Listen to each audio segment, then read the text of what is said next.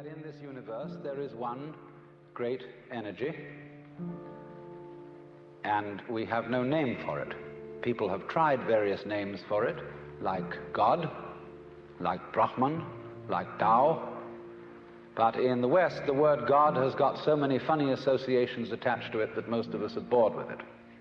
But according to Buddhist philosophy, all this universe is one tathata. That means 10,000 functions or 10,000 things, one suchness. And we're all one suchness. And that means that suchness comes and goes like everything else, because this whole world is an on and off system. As the Chinese say, it's the yang and the yin. And therefore it consists of now you see it, now you don't, here you are, here you aren't, here you aren't.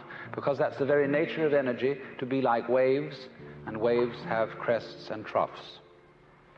Only we, being under a certain kind of sleepiness or illusion, imagine that the trough is going to overcome the wave or the crest.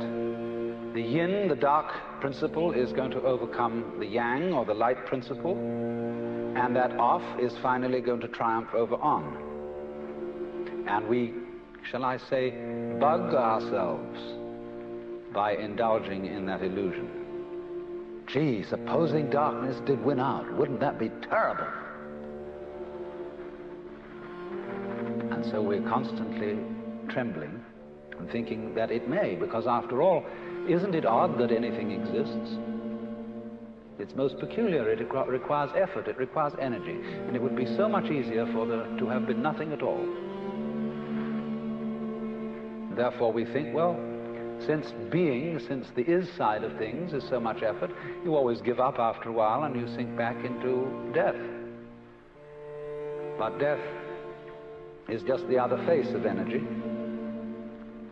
and it's the rest, the not being anything around, that produces something around, just in the same way that you can't have solid without space, or space without solid.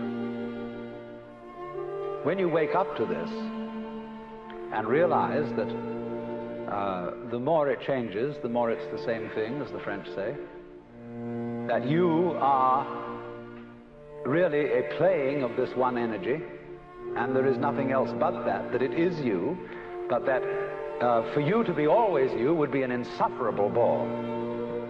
And therefore it is arranged that you stop being you after a while and then come back as someone else altogether.